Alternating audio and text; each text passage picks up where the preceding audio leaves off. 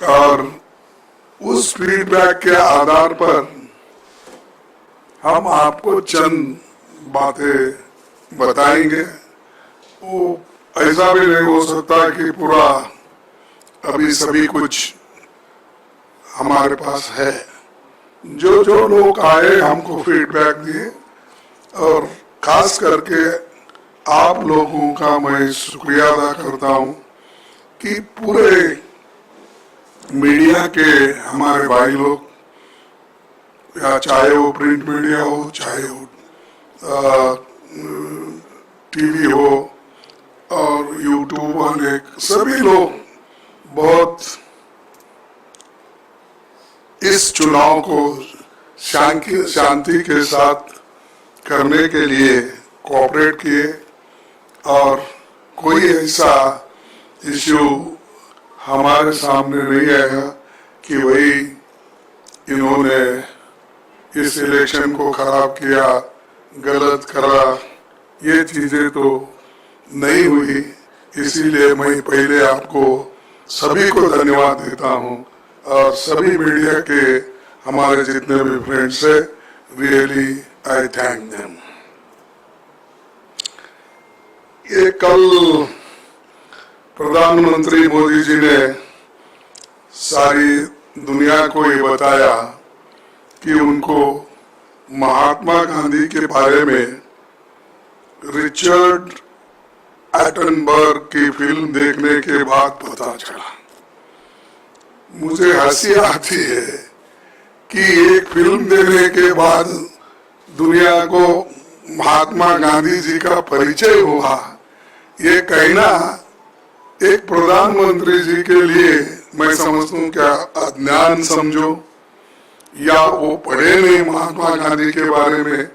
कम से कम हमारे वक्त तो ये था कि नॉन डिटेल था महात्मा गांधी जी के ऊपर, और अगर पढ़ते या पढ़े होंगे मेरे को मालूम नहीं, ये ऐसी बातें नहीं बोल सकते थे।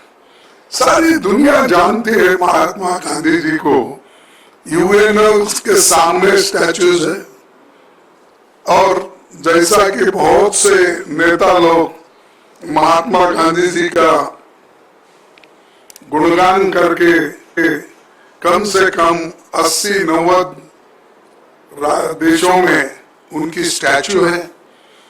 यूएन से लेकर हर जगह, हर कंट्री में जहां पर भी जद्दोजहद हो गई है, और जो अहिंसा के आधार पर जो वो लोग आजादी पाए, उन लोगों को सबको मालूम है। लेकिन किस वजह से हमारे देश के प्रधानमंत्री ये बात कही, ये मुझे बहुत आश्चर्य लग रहा है। और ऐसा ही हो सकता है जैसा महात्मा गांधी जी जो काम किए, जो कहे, उसके बारे में पता नहीं है, तो मैं समझता हूँ संविधान के बारे में भी उनको पता नहीं होगा, नहीं तो ऐसा बातें बोलते नहीं थे। और आज दुनिया में महात्मा गांधी जी का जो नाम लिया जाता है, वो इस देश के आजादी दिलाने में और इस देश को बनाने में, और गरीबों की वो बात करते थे, अहिंसा की, विकास की, और यहाँ तक कि उन्होंने अपने आजादी के बाद आप कैसे देश को देखना चाहते हैं तब पूछा, तो उन्होंने कहा कि मैं ऐसा देखना चाहता हूँ जो भी गरीब है, जिसके आंखों से पानी निकलती है, वो उसके आंसू पूछने का काम जरूर होना, और हर एक को पेट भर के खाना मिलना, कपड़ा मिलना, मकान रहना, ये उनका एक स्वराज की कल्पना थी, और स्वराज के लिए वो लड़े लाए। इसीलिए हम उनको नमन करते हैं। और जो लोग मोदी जी या कोई भी बीजेपी में है उनको अगर ये वो इग्नोरेंट है तो मैं यही करूंगा कि कम से कम अब तो वो जरा फुर्सत मिलती है 4 तारीख के बाद, जून 4 तारीख के बाद जब फुर्सत मिले तो उनकी ऑटोबायोग्राफी और उसके बाद ट्रूथ क्या है अपना एक एक्सपेरिमेंट ऑन ट्रूथ, तो विथ ट्रूथ, सो ये जो नॉन डिटेल्स थे हमको पहले तो कम से कम वो पढ़ने के ठीक ठाक से गांधीयन हो जाए, ये हमारी अपेक्षा है। सिर्फ विवेकानंद के इस पे जाके बैठने से या समंदर में डुबकी मारने से या गंगा में डुबकी मारने से ये ज्ञान नहीं आता, इसको पढ़ना भी पड़ता है, सोचना भी पड़ता है। इसीलिए मैं आपके सामने उनके बड़े जो विचार रखे उन्होंने देश के सामने ये बताना चाहता हूँ।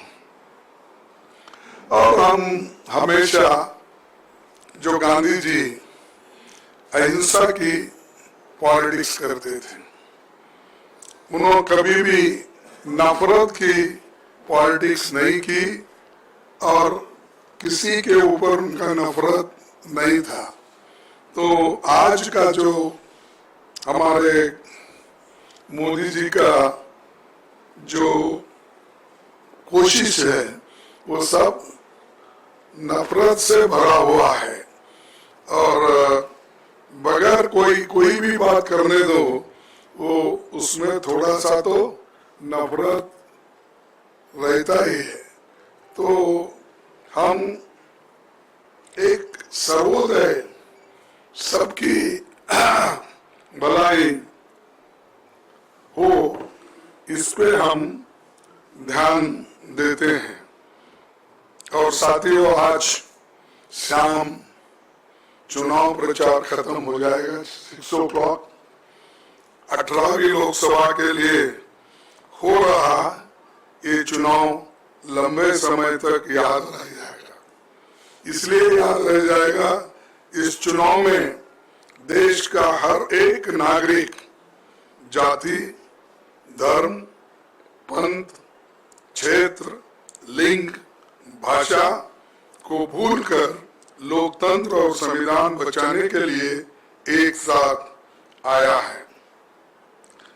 प्रधानमंत्री और भाजपा के प्रमुख नेताओं ने लोगों को धार्मिक और विभाजनकारी मुद्दों को ऊपर गुमराह करने के अनगिनत प्रयास किए। इसके बावजूद लोगों ने